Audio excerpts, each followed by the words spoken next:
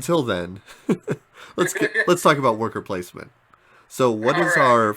our 1 to 8 seed bracket? Let's talk about this. Our 1 to 8 seed is Viticulture versus Champions in Midgard. Okay. Okay. I Um. will let you take which one you want to argue. Okay. Ooh.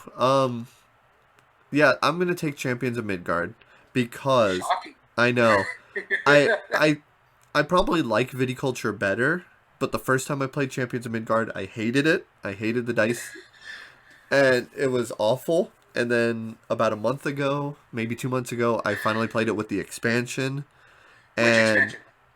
um, I don't remember the name of it, but it's the one that had the another extra board. Oh, what else did it have? Well, there's two expansions that have extra boards. There's one that where you fight more monsters. Basically, you go up in the hills. That's called the Dark Mountains. And then you have the Valhalla one, which is the one I think you're talking about, is where you get the little cardboard chits for each die that dies. Yes. And then you can turn them in to get points or resurrections. And Yep. That's the yeah, one. Yeah, the Valhalla expansion. We might have also had the hills as well, but definitely the Valhalla expansion in it. It was good. I liked it. It made way more sense now because then your dice couldn't just be lost for no reason, and that was the biggest argument I had with it, is you would lose dice whether you did well or not, and yeah, now depending on there. yeah, and then but since they had a glorious death, now you have resources. I like Yeah. that a lot. That made a lot more sense to me. And And so, it's funny because for the longest time you're like, no, I don't want to play champions. No, I wanted to play champions. I'm like, dude, you got to play with the Valhalla expansion. yeah. It makes things everything you're arguing against champions, Valhalla fixes. Yeah, which means that they should combine it into one. But let's go ahead and Yes. start the debate. All right. I'll take champions. You can take viticulture. You may Darn right, begin. I'm gonna take Viticulture because that's my favorite game. Well, not my favorite game, but my favorite worker placement. So, All right, argue it. Why do you all think right. it's So, better? well, going to what you were just saying about Champions of Midgard, it took an expansion to fix it. And mind you, when I'm talking Viticulture, it's the one on Board Game Geek, which is the Essential Edition. Yep. The Essential Edition, yeah, they had a second printing of it to fix some of the chinky rules, but you got to give Jamie Stegmaier a little credit on that one, just because that was the second game he's ever published, every second game he ever built. Yeah. And the reason why I think Viticulture is such a great worker placement is that there's so much you can do, and my personal favorite thing in it is the Grande worker. So if you get blocked out of a location, you could still go to that location. You just only have your Grande worker that will allow you to do it. Right. Also, another thing I like about it is it gives you bonuses. So if you're the first person to go to a location, you take a spot, you get something extra out of that spot. And it was one of the first worker placements that I saw something like that, where it's like, oh, if I go to that spot, I get an extra gold plus whatever I get from going to that spot, or I get a victory point for going to the spot and doing this. And another aspect of it that why I really enjoy it, you especially at the beginning of the game, you have to pay attention to how you use your worker. You only start with three, two regular workers and your grande worker. Do I want to hold my grande worker back this way? I can make sure I can get into an area that I need to do, because as you're going along the lines, if you use all your workers in spring, you're out for the rest of the year. Right. Where in the case with the essential edition, there's only what is it? Is it spring and no? It's summer and winter. So those are the only two workers play. So if I use them all in summer, I use them all in spring. However, in the Tuscany expansion, it gives you a new board where you play all 4 seasons plus the wake up chart. Right. That makes sense. So, and that's the thing.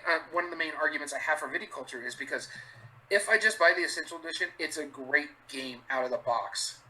I can Yeah. play this game and still have a great time. The Tuscany just enhances it and makes it better. With Champions in Midgard, you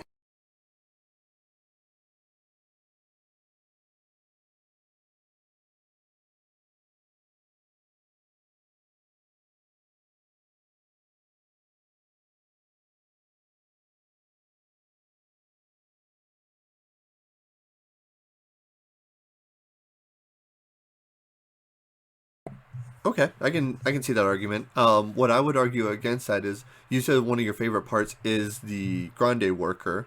Mm-hmm. which of course wasn't in until the Essential Edition, which is fine. I'm still gonna count it as the Essential Edition, but that Because is that's the only one you can buy right now, anyways. right.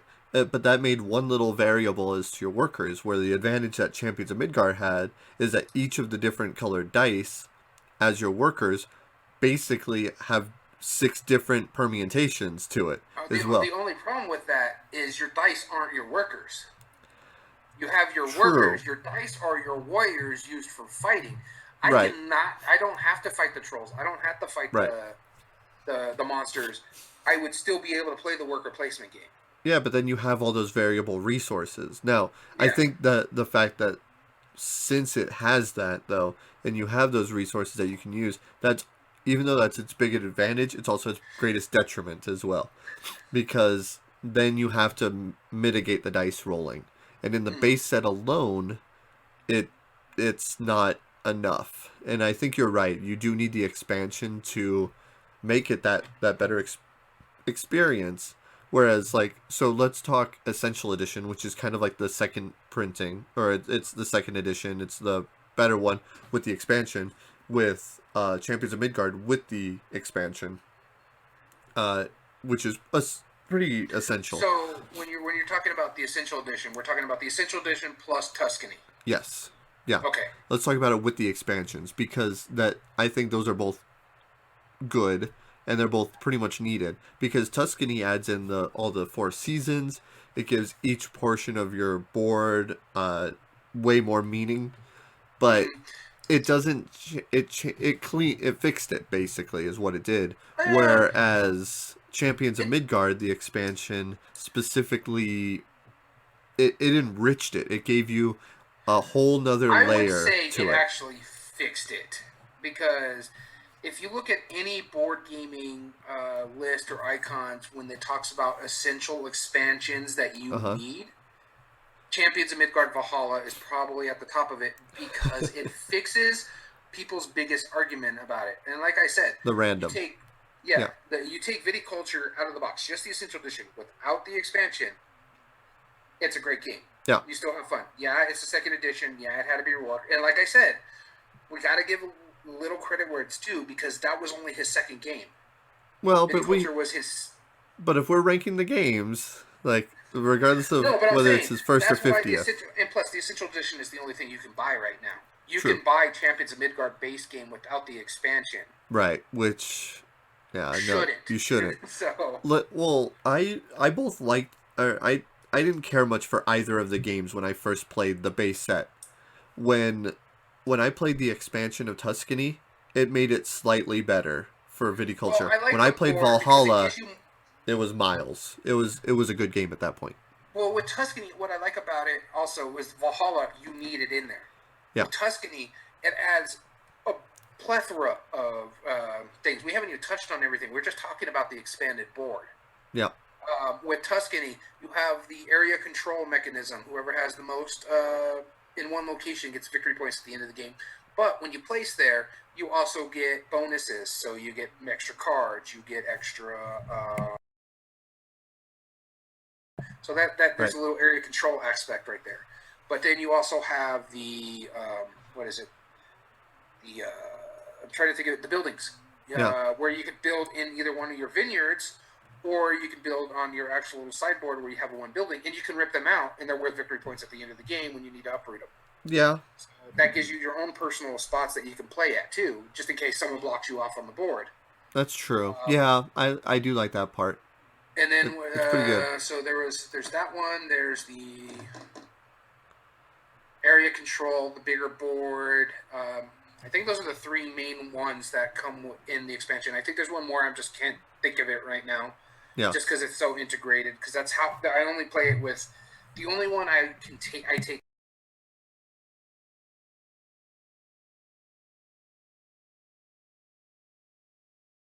especially when it comes to like two-player games. right, If you don't want to score the area control because it doesn't really make sense in a two-player game, you can still place your stars there and get the bonuses, but the area control part of it's out of the game. right. Okay.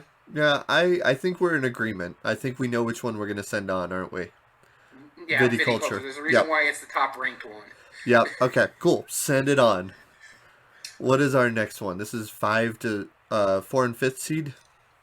Yes, our 4 and 5 seed is Lords of Waterdeep Okay. versus Underwater Cities. Okay. Which one would you like? I will take Underwater Cities because I played Lord of Waterdeep once. It's okay, not a great big fan of it. I know it's everybody. Everybody just loves it and stuff like that, Okay. but it just it's cubes on a board to me really at this point, especially because I only came into this hobby, and I need to clarify why I'm saying it like this, in 2014. So Okay. I'm still relatively new to the hobby. I'm 6 years in, but 2014 is when I really came into it. Right.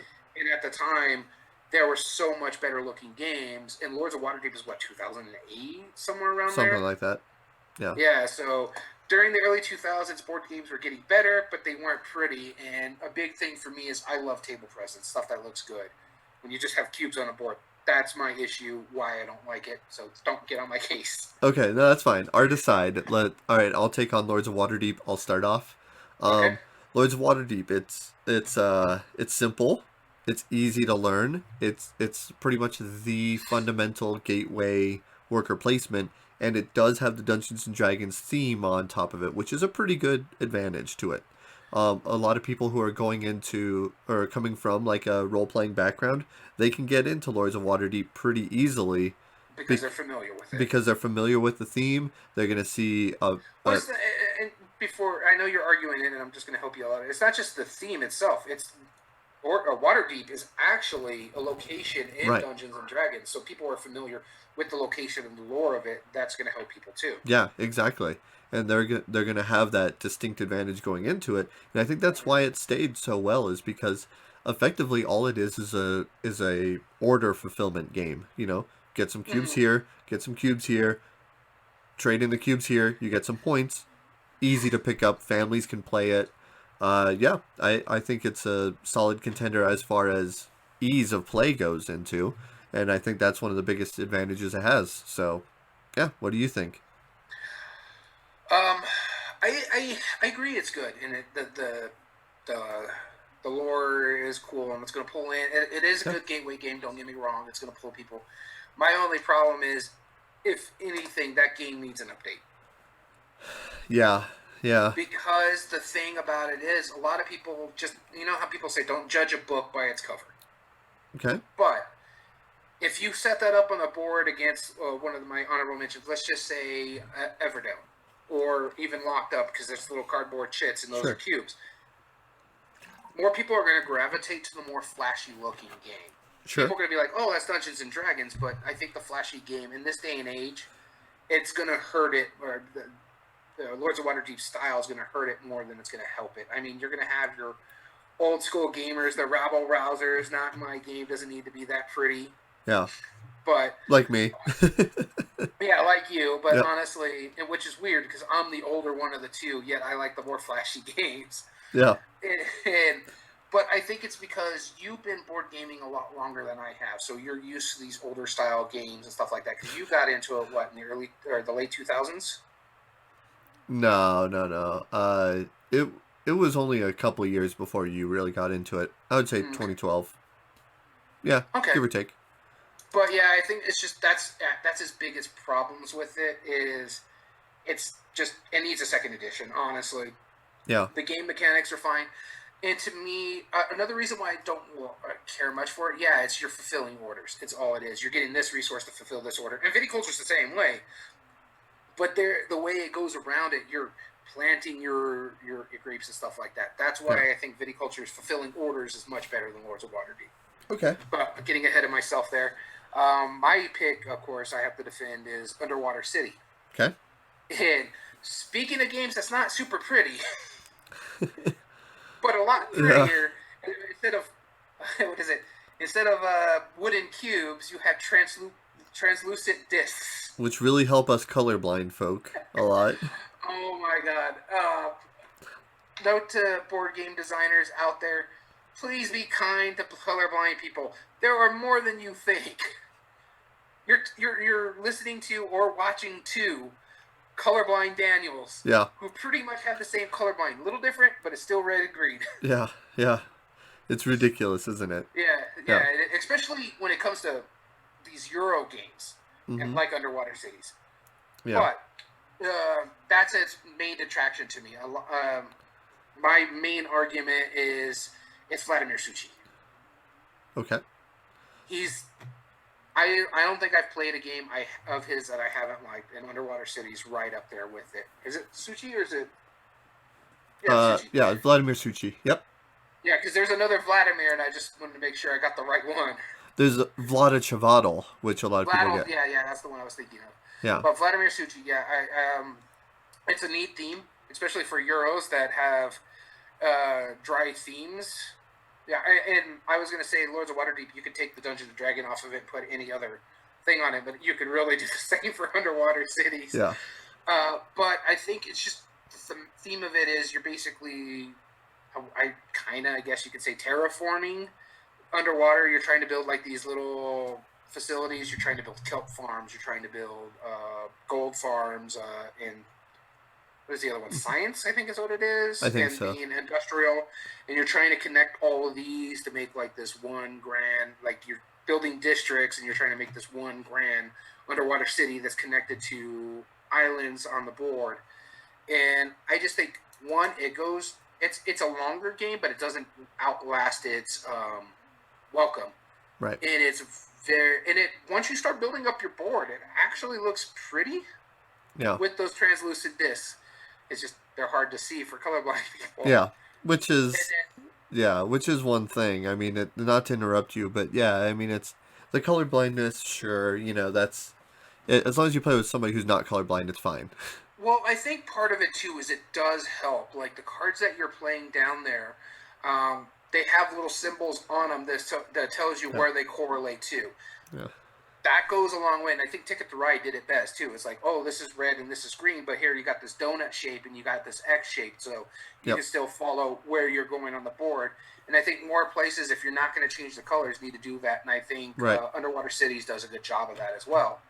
But I also like the fact that when you build something, if you build on a certain point, you get a reward from it. So I can get more money, or I can get a resource, or if I build a tunnel and connect these when we go to the end of phase, I'm producing all this resources. These cards will produce resources for me. So it's a worker placement, but it has point salads because I can concentrate on one thing, basically being the biggest kelp farmer in the world, and connect everything while you concentrate on another thing. Like our friend Dom, he decided he wanted to connect everything.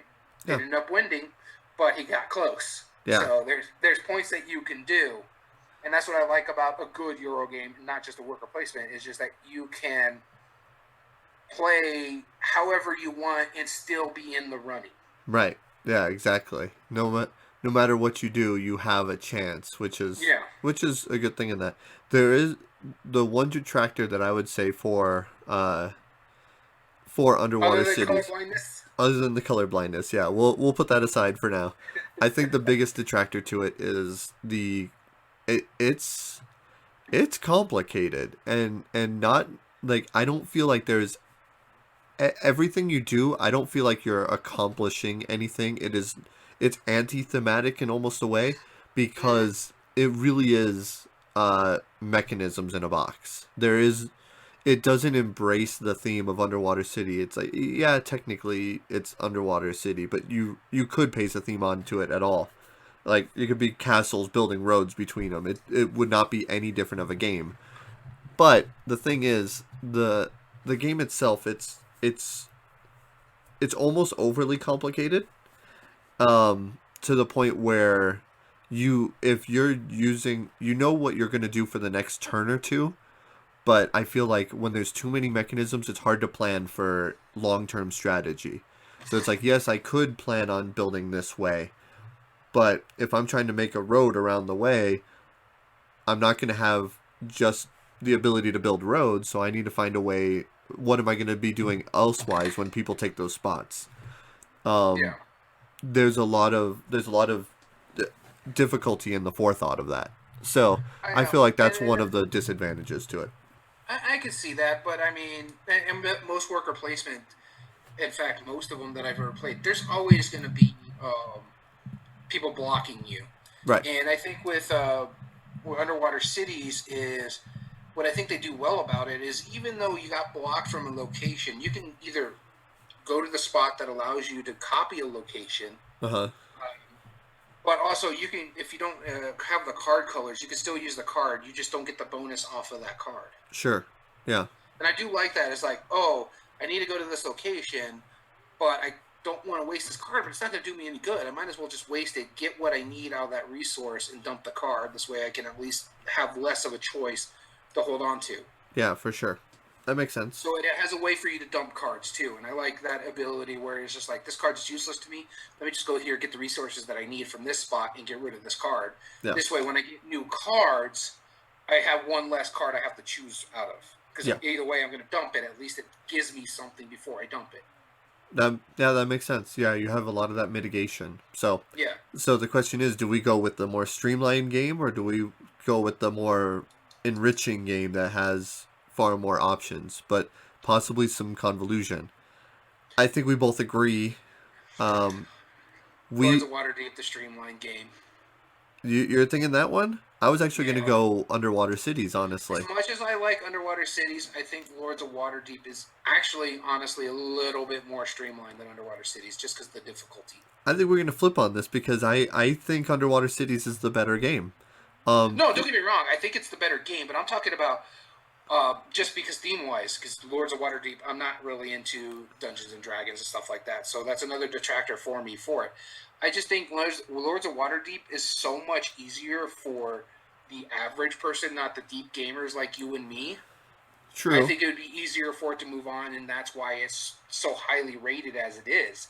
Still, this game came out in the early 2000s and is still highly rated. So there's a reason why I think it moves over Underwater Cities. As much as, and me personally, I prefer Underwater Cities over Lords of Waterdeep. Right. I agree. So now the question is, which one is the better worker placement game? Which one I would does? have to. I would have to say Lords of Waterdeep does the better worker placement aspect of it Because that's all it is, because basically. it's all it is. Underwater Cities, there's so much more going on, and not only are you doing worker placement in a sense, you have like little three submarines, I guess is what they're called, that goes to different locations, but you also have the cards that are also going to give you resources, how you spend them and Right. use them. Where Lords of Waterdeep is your guy goes here and does that. Yeah. Okay. All right. I'm in to vote for that then. You've compelled me. So let's but and you're right. I like Underwater Cities millions of miles better, but 20,000 leagues better even. Yeah, All right. Cool. yeah. Don't get me wrong. I love Underwater Cities. It's just that Lords of Waterdeep does worker placement a lot better than Underwater Cities does. Yep. Yep. I think you're right. All right. Send it on. What's our All right, next? so we're gonna do the 2 and 7. It is Caverna versus Raiders of the North Sea. I would like to take Caverna if possible. Go right ahead. All right. I'll And take Raiders of the North Sea. And who wants to start? why don't you lead us off? All right, with Raiders of the North Sea, what I think about it is it does something different in worker placement. That one of the first games I've seen it, and we're going to be talking about another game here soon. Architects does something different as well, made by the same guy. Yep. And the reason why I think Raiders of the North Sea is really good worker placement because it's different. You put one down, you get the ability there. You take one up, you get the ability there. And you're trying to build yourself up to start raiding on the northern part of the map. Right. And basically, okay, I'm going to go here. Do I have all the resources to raid or pillage this village and get those resources there, and of course get my victory points? Yeah. And I think that's just an interesting concept. I've played quite a few worker placements, and I haven't seen anything do it like that, where I start with this one cube and I place it in this location. I get what I want from there, and then you have an option if you place your worker there. If it's this color player, you can get this. If it's this color meeple, you can get this. And so it's a little different. If it's these two colors, hey, you could get this. Or if you just play one of these, you get this other thing that's much better, but you have to get this type of worker. Sure. And so I think that's such an interesting twist on a worker placement because not only you're taking, you also got to pull one in that same map, I guess you can say. So if you go in raiding, you pull from the area you're raiding. If you're on the village part of the map, you pull somewhere in the village and you get that area too, whether it's new cards or resources, provisions. This way you can pay or feed your people while they're going up there to go raid and pillage. Yeah. And so for me, I think Raiders of the North Sea is such a great implementation of a different type of worker placement that you just don't see a lot. Right. I Yeah, I don't disagree with that. I like Raiders of the North Sea. It's okay. Um, I feel like the problem with it is that feels less of a worker placement game and more of like a resource conversion style game. And what I mean by that is you're right. When you place your worker down, you take your action based on what worker you place, and then you take one back. Well, really, all you're doing at that point is just converting a car or converting. It could be a cube that you're just like, all right, I place down a red cube, I take this action, therefore I get a blue cube. And then it's the same exact thing. It doesn't feel like a worker placement to me, even though it is, and it clearly is. But I mean, it's just like Century Spice Road. I'm converting resources to resources and taking extra actions to do so.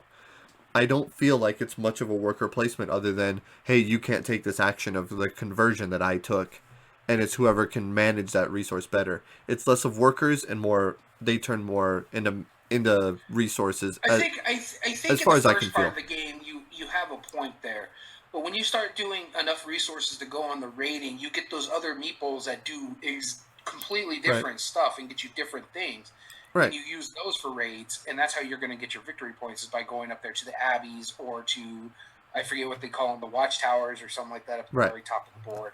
Yeah. Um, Yeah, I don't disagree, but I mean it's still like the same thing. It's like what if I played a card that lets me do the certain action and lets me take one of the other two cards. It's the same idea. There's no reason that it could be converted into a card game really easily because it's more resource and management than it is.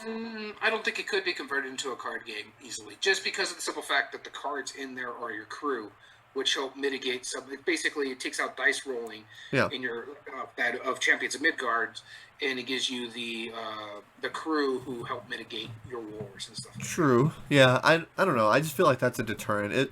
It was good. I liked it. I just it seemed very pre-planned. Where let's talk about my end. Caverna. It is the worker placement game. It's funny as we're getting to this point and we're debating about worker placement. We both know which one's going on because how we both feel about this game. Yeah, you and I both agree that Caverna is just a fantastic game. But let's make a couple points.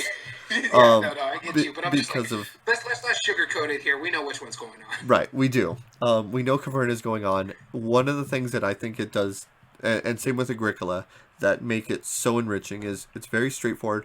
You place a worker, that spot is locked off to every other player, and you take the action that's on the card. But the fact that the board grows every round and adds And another that card is brilliant. I and love that. and not just the fact that the board grows itself. Your personal board is growing too. Once you start getting tiles onto your Yes. personal board, giving you more locations to put mines, giving Yep. you more locations to keep your cows and your pets and your boars and stuff like Right. that. So that's Yeah. really interesting too. Yep. Yeah. It's exactly right. And then you can get more workers. You can expand the exploration. You can get new card. It. Oh my god! It's just that has so much going for it. It's so good.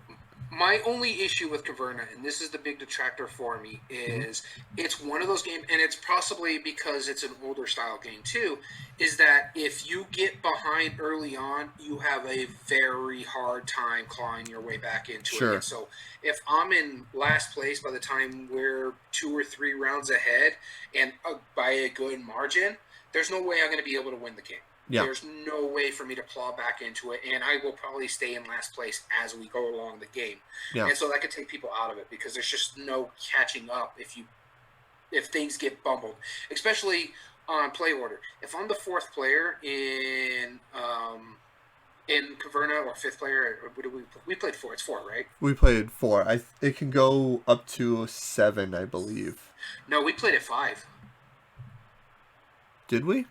Yeah. Yeah, I think it was the Yeah. full contingency here when we played it. You, me, Don One, Lorenzo, and Bryce. Yeah. Okay. yeah, Yeah. yeah. So I think a big part of it is that it leads. It's real easy to game to lead to AP. That's a big Yeah. detractor, Yep. and the fact that if you fall far behind, there's no way you're coming back. Yeah. I can It understand. I it can understand that. Yeah. And but again, that's most of Juve's Rosenberg's games. Is that if you fall behind, you're screwed. Learn Yeah. to play better. Learn to play better. Exactly. That's your advantage. This is a learning experience. You've already played. You lost. You understand. You lost. Find a way to play better. Yeah, but let's not lie. We know which one's going Yep. Caverna it is. Send it up. on. And our last of the beginning seed brackets. And this one is going to be easy for us to pick because it's Le Havre versus Architects of the West Kingdom, and I know which one you're picking. Yes, I will argue for Le Havre. And I'll take Architects of the West Kingdom. Okay, so do you want to kick it off? Sure. Wait, I kicked it off with Raiders of the North Sea. You should kick it off with Okay, Le Havre. so Le Havre, absolutely brilliant game. You have one worker, I believe only one. Now I'm Yeah, having trouble no, it's remembering. one. Yeah, you only have one worker. So, aside from the point that we Or understand, is it the little discs? I think it's is it it one is the worker or is it disc. the discs? Your disc is your worker. Yeah, Yeah. but I think don't you get multiple of them? You might. Let's find out. I'm gonna find out right now as I'm pulling the box open. I believe Just it's wanted to only make one. sure because it's been a while since we played it. It has. Yeah, and I'm very passionate about this, of course, because it's more or less a resource management game, but it's each Hey, time hey, don't make move your my ship around. argument against it before I can actually do that. Okay, yeah, no, the the worker part of it I'm not seeing right now off the top of my head. Let's just say it's one for now Yeah, because that's what we both think it is. yeah, yeah. Anyway, Another so, part of these games, like Le Havre and Caverna, my biggest attraction from both of them is that if you're going to give me a worker placement game, give me something more than a wooden disc. Give me a little meeple. yeah, Come on. yeah. Make it look like a person. Right. Yeah, 5 person discs, one of each color, so you only have one worker. One. Yeah. So, but really at its core, it's an engine building game. Which your Yeah. worker, yes, you send out, you get the expansion with it, or you get the resources along with your worker, or you get the ability, but then you're buying up other buildings that you can expand onto it. It does so many things that I haven't seen in other games. First off, even the laying out the buildings, shuffling them, but then putting them in order of their own stack. That's awesome. That's really neat. So you know that they're generally going to be like the first 5 or 6. Then it's in the middle. It's going to be around the middle ones. But that's a really smart way to do it. It's modular in that the way that the resources come out are random, but then they're set for the rest of the game. That's also really interesting. Yeah, I mean I love how it's a smart design. It really is one of the neatest games that I've played because it does the worker placement and then says, okay, how can we add an engine to it? And that's what it does. So, So, just thought I'd let you know, because I'm keeping an eye on the chat, and it sure. was a bit ago. I just looked at it right now. Someone said, "Oh, Caverna, gross." I thrive Skylark. Ithri? Ithri, okay. Oh, come on, Joshua. That's my friend Joshua from Albuquerque. No. Caverna, I don't want to hear your argument. I mean, I want to hear your argument. I will listen to it, but I hugely disagree. So let's add, I do have to disagree. I prefer Caverna too. I like Caverna a lot. So. and that was up against Raiders of the Raiders. North Sea, I mean, Raiders is the better compared to the other North Sea games. Um, by far. or West Kingdom. Yeah, it's definitely better. But Ithri, if you No. like that I better, wouldn't say it's better than the West Kingdom games. okay, yeah, I would say it's better than the West Kingdom games. But we'll get Really, in. you think it's better than Paladins of the Western Kingdom? I think it's the best. Well, no, okay. It's up there with Paladins. I like Paladins quite a bit. I'm going to say I'm going to argue Architects of the West Kingdom, but it's not even my favorite in that system. I really dig Paladins. It just wasn't highly rated yet. Right. All right. Well, my Ithri, big thank you detractor for your Le input. Havre, as Yeah. we were talking earlier, Uh-huh. is the fact that it's just one worker. Yeah. Yeah, it's cool that you can go to this shop and do this and that, right? My issue with it is it's one worker. Most of the rest of the game, and it was one of our big arguments about Orleans, is because it's bag building, then the Right. worker placement. The worker in this one isn't the big part of the game. Right. It's getting your ship along the line that you need to do and get the resources that you need to send your worker to get you more resources. This way you can start buying stuff. Right. So to me, it doesn't make a good worker placement game because you got one worker, and I it's like that small on the board. No, it matters. Um, it does still matter because the thing is, even though it's one single worker, it doesn't take away from it. Where Orleans, and this is just the comparison. Orleans, your worker is your pool building. It's really more actions than it is, and that's why we didn't include that, and we did include Le Havre. Even though when we said Le Havre, you and I both kind of looked at each other like, I And mean, I yeah, argued but against it, but you said there is the worker, and you get to dictate where it goes. I said, my big detraction for it is that the worker is the lesser part of the game, and we're talking about worker placement, where it's the bigger part of the game. That right, is the main mechanism that drives the game. The sure. worker doesn't drive the game. That's true. That's true. Yeah, it I mean that would be one of the big detractors to it, but you're right. That is the big detractor because the whole point of worker placement is the workers are driving the game. Your worker Yeah. could just sit on a shop by itself for the longest time, get you resources that you need, and that's it. Yeah. Your boat and your resource management is the big drive of the game. Yeah. Yeah, I know. I understand that. And Ithri brought up a really good point. He was bringing his I think you were reading the chat as well. Yeah, I yeah, pulled it up on my yeah, end as well. He has a really good point. I mean, it's he doesn't like the amount of time where our argument with the snowballing effect, yeah, that's understandable. It really is a bad feeling sitting there for an hour and going, well, there's no way I can catch up. yeah. Um, I feel like Caverna does a decent job of mitigating that compared to Agricola, but Much more, yeah. But it's but it's still still one of the there. yeah. Absolutely. Cool. Ithri, thank you for your feedback. Yeah, that makes a lot of sense. Daniel, do you want to Uh, as explain? as for Architects of West Kingdom, I know how you feel about this game. Yes. Um, my thing is, and just against Le Havre, is that the worker placement is the main driving force in this game. Right. What's different about this, and again with Raiders of the North Sea, same characters, and arguing this, knowing that I prefer Paladins of the West Kingdom more than I prefer Architects of the West Kingdom, even though I Right. love Architects, As and I do like I. the I Yeah. less the I like the West Kingdom series more than I like the North Sea Okay. because I like both games in the West Kingdom that I've played so far, and I've played two of the North Seas. I think is the Shipwrights is the other one I played, or is that might be the expansion?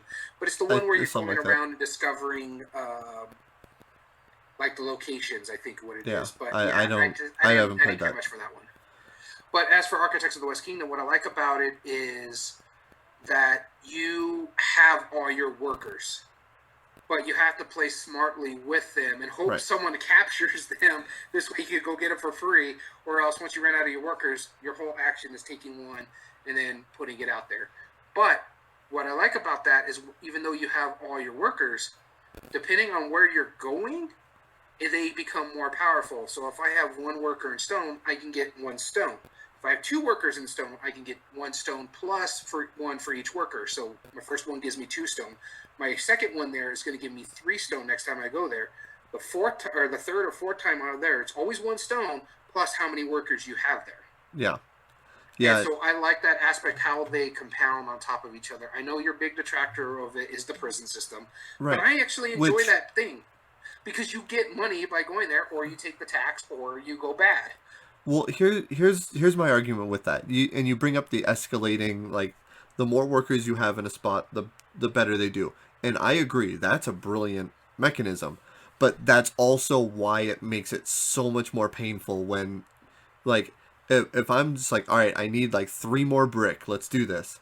Or if brick is one of them, I don't remember. Well, if I need Yeah. three more of these resources, I'm ready to go, and then suddenly you hold my dude's ransom because that is the most on the board. It's like, look, I'm just trying to complete this. It forces you to be a jerk to other players that is And I'm okay with unnecessary. it. Yeah. It's because of Take the that. escalating, you're going to see it's like, look, you have three dudes already on this brick. I can't let you get away with it, and nor should you. But then you hold my workers for ransom. But You here's the hold it thing against me, and that's a then good thing about that I game have a huge is disadvantage. that you can actually mitigate that because You can go to a location and wait till they put them in prison, or you can just pay outright for those workers and take them off. This way, I can't get any money out of it. You lose money, but I don't get anything out of stealing your workers. It prevents you from building the engine because you're holding my dude's ransom. Because then you're like, oh, well, you could just pay money to get him back. Well, what if I don't have money? Oh, I got to send him to go get money. Oh, I only get a little bit of money unless I send a bunch. Well, guess what? Before I get a bunch on there, you're stealing them anyway. It's awful. That is an awful feeling in a game.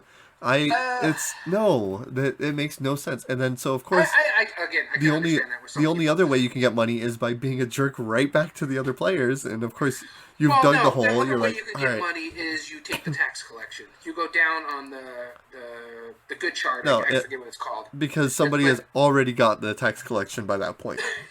Like, well, there's other ways to get money. I mean, that's one of the big ways is either tax collection to do that. But there's other ways to get money.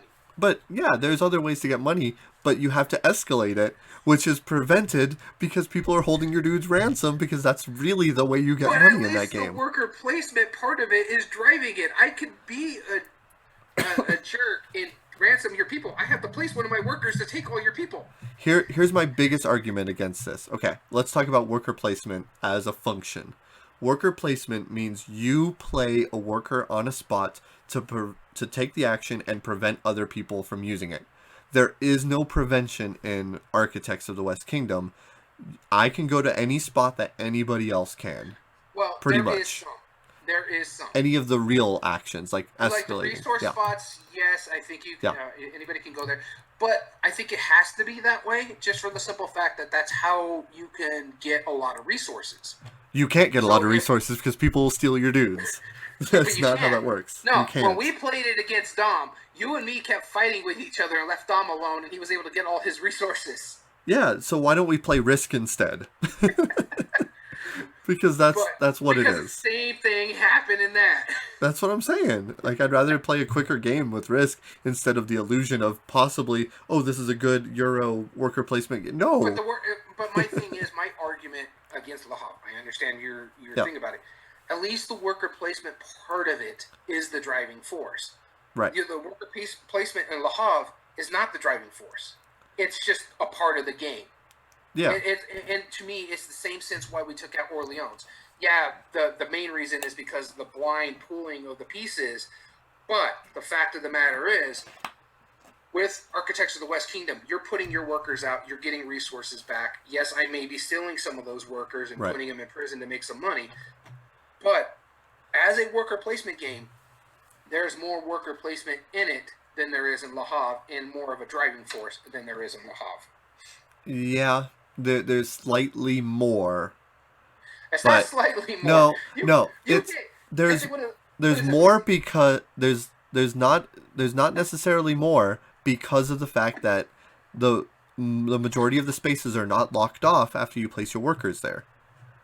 You get. You're bidding. I think this plays up to what, 5 people, 6 people. I think it's 5. You're auctioning at that point. That's what it is. So you basically get like 20 workers in the start of the game. Le Havre, you got 1 worker the whole game. Yeah, but they diminish and they don't lock off spaces, so it's not really a worker placement. It's you're trying to build that escalation and getting How more is it resources. not a worker placement? It's It more is. of a worker placement than Le Havre. No, because if I Yes. take a worker on Le Havre, you can't take that spot. There's a lot of worker placements that don't block off. Stone Age has spots that you don't block off. Champions of Midgard has places that you don't block off. Few and far Viticulture between. has places that you don't Few block and off far because between. of the Grande worker. So everything you're arguing is not true. And the reason why you can't block off a location is because you need your workers there to start building on top of each other. Okay, let's have a comparison real quick. Let's say we're playing Viticulture, right? And they add a new expansion where I can go to a spot and immediately take your Grande worker unless you give me 3 bottles of wine. How would you feel about that game? Well, first off, it wouldn't work in Viticulture. It doesn't work in Because I can't give you 3 the other bottles one. of wine. I might not even have more than 3 bottles of wine at one time. And I wouldn't have the You don't money. have 7 cards in your hand. That is a flawed argument, sir. No, it's the same thing. No, it's not. I'm locking It's a off flawed your argument ability. because you're comparing to something that wouldn't work. This is a mechanic in the game that allows you to do that. Yeah, but that's it. I In the still don't same believe it sense, like works. say locked up is where I have hidden ability or hidden powers in there, and I could still lose out on getting resources because say you and Dom have more power in that Right. location, and I don't get anything. Yeah. It it's not that you're making it out more as a detraction when it's not that bad. When Lahav, you have one worker that isn't even driving the game.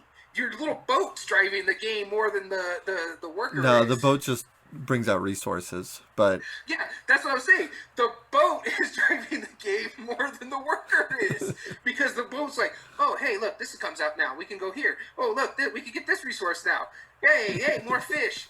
The boat is doing more than the little worker.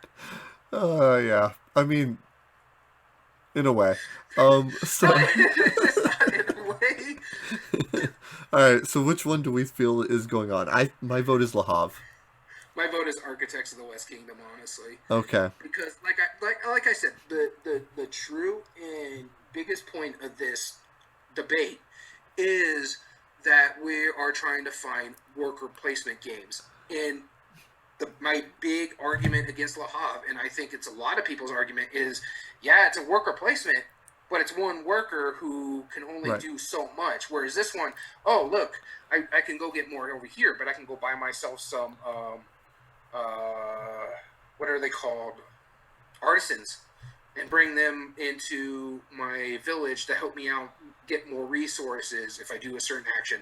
I can go build buildings that I have. I can go draw cards for buildings. I can go get resources that I need. I can capture somebody's people and put them in prison to get some money. I can go to the tax. I can go to the black market. There's many things I can do with all my workers that I have in my hand. In Le Havre, I can go, do I want to go get the fish over there or do I want to go to the shop and turn these into this? That's it. Yeah. You don't really have that many of choices when it comes to worker placement. Give me 1 second. I gotta take this real quick.